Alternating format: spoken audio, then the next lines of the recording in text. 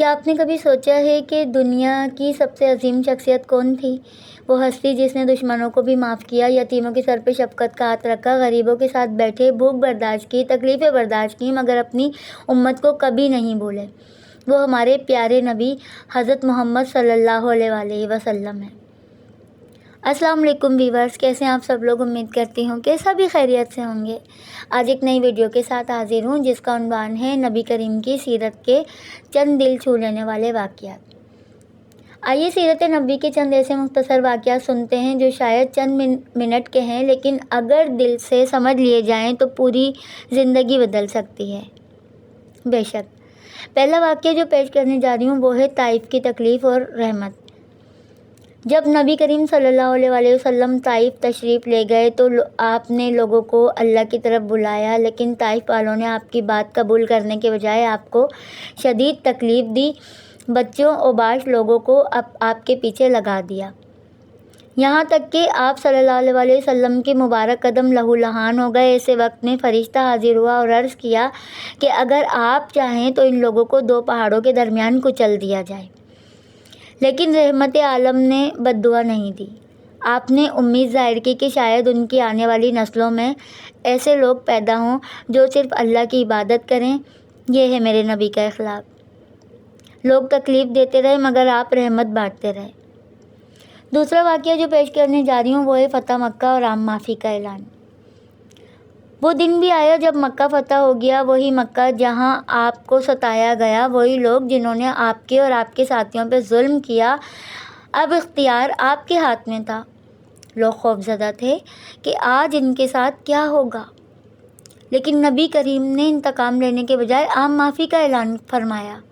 سوچیں، جس وقت انسان اپنے دشمن سے بدلہ لینے کا سب سے زیادہ حق سمجھتا ہے، اس وقت ہمارے نبی نے معافی کو اختیار کیا، اور یہ ہمیں سکھاتا ہے کہ اصل طاقت بدلہ لینے میں نہیں بلکہ معاف کرنے میں ہے۔ بالکل، اگر ہم اللہ کی رضا کے لیے کسی کو معاف کر دیں گے، اس کا ہمیں اجر بہت ملے گا، آخرت میں اس کا بہت اجر ہے، دنیا میں بھی اس کا بہت اجر ہے، کیونکہ ہمارے نبی پاک صلی اللہ علیہ وآلہ وسلم معافی کو پسند فرماتے تھے، اللہ معافی کو پسند فرماتا تھا۔ سوچیں، وہ تو دو جہانوں کے سردار تھے، ان کے اختیار میں کیا کچھ نہیں تھا، لیکن اتنی لوگوں کی اذیتیں انہوں نے برداشت کریں اور پھر بھی سب کو معاف کر دیا۔ تیسرا واقعہ بچوں سے محبت۔ نبی کریم بچوں سے بہت محبت فرماتے تھے، آپ بچوں کو سلام کرتے تھے، ان کے ساتھ محبت سے پیش آتے اور ان کی دلجوئی بھی فرماتے تھے۔ ایک مرتبہ آپ نے اپنے نواسے حضرت امام حسن علیہ السلام کو بوسہ دیا۔ ایک شخص نے حیرت سے کہا، میرے تو 10 بچے ہیں، میں نے کبھی کسی کو بوسہ نہیں دیا۔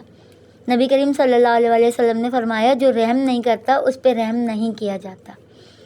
یہ واقعہ ہمیں بتاتا ہے کہ محبت اور شفقت بھی سنت نبوی کا حصہ ہیں۔ بالکل، ہمارے نبی کریم صلی اللہ علیہ وسلم نے محبت اور شفقت کا ہمیں حکم دیا ہے، ادب کرنے کا حکم دیا ہے۔ چوتھا واقعہ جو پیش کرنے جا رہی ہوں وہ ہے جانوروں پہ رحم۔ ایک مرتبہ ایک جانور کے بارے میں نبی کریم صلی اللہ علیہ وآلہ وسلم نے لوگوں کو اللہ سے ڈرنے کی تعلیم دی۔ آپ نے بتایا کہ جانور بھی اللہ کی مخلوق ہیں اور ان کے ساتھ ظلم نہیں کرنا چاہیے۔ ذرا سوچیں، جس دین نے جانوروں کے حقوق کی تعلیم دی، وہ انسانوں کے ساتھ حسن و سلوک کی کتنی تاکید کرتا ہوگا۔ آج ہمیں اپنے گھروں، اپنے رشتوں اور اپنے معاشرے میں اسی رحمت کی ضرورت ہے اور بہت زیادہ ضرورت ہے۔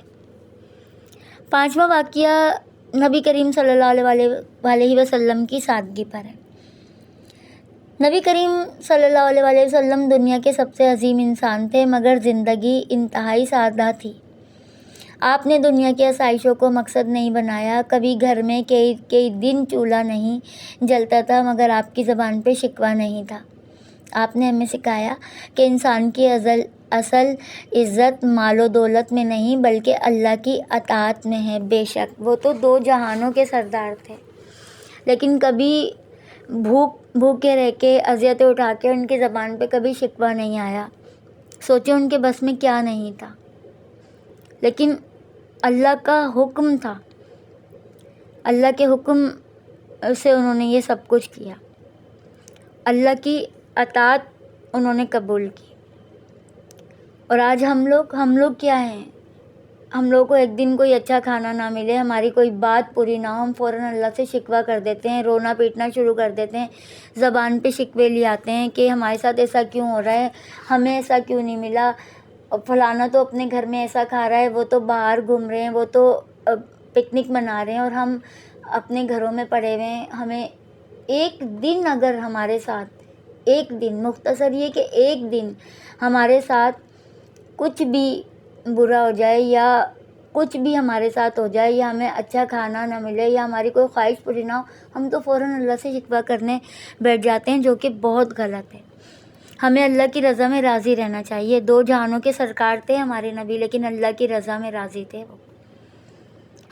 آخری بات ویورز یہ ہے کہ سیرت نبوی صرف سننے کے لیے نہیں، یہ ہماری زندگی بدلنے کے لیے ہے۔ اگر ہم واقعی نبی کریم سے محبت کرتے ہیں تو ہمیں اپنے اخلاق میں نرمی لانی ہوگی، غصہ آئے تو معافی سیکھنی ہوگی، کسی غریب کو دیکھیں تو اس کا خیال رکھنا ہوگا، بچوں سے محبت کرنی ہوگی، والدین کے ساتھ حسن سلوک کرنا ہوگا، اور سب سے بڑھ کر اللہ کی اطاعت اور نبی کریم کی سنت کو بھی اپنی زندگی کا حصہ بنانا ہوگا۔ کیونکہ نبی کریم صلی اللہ علیہ وآلہ وسلم سے محبت صرف الفاظ کا نام نہیں بلکہ آپ کی تعلیمات پہ چلنے کا نام ہے۔ اللہ ہمیں اپنے محبوب نبی صلی اللہ علیہ وآلہ وسلم کی سچی محبت عطا فرمائے اور آپ کی سنت پہ چلنے کی توفیق عطا فرمائے اور روز قیامت آپ کی شفاعت نصیب فرمائے، الہی آمین۔ اگر آپ کو نبی کریم صلی اللہ علیہ وآلہ وسلم کی سیرت کا یہ پیغام پسند آیا ہو تو اسے دوسروں تک ضرور پہنچائیں، کیونکہ ہو سکتا ہے کہ آپ کا ایک شیئر کسی کے دل میں محبت رسول جگا دے۔ بے شک۔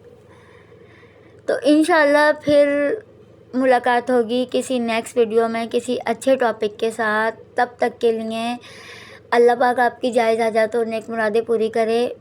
مجھے دعاؤں میں یاد رکھیے گا، اپنا بہت خیال رکھیے گا۔ اللہ پاک آپ سب کو صحت و تندرستی والی زندگی عطا کرے اور آپ کا دامن خوشیوں سے بھر دے۔ فی امان اللہ۔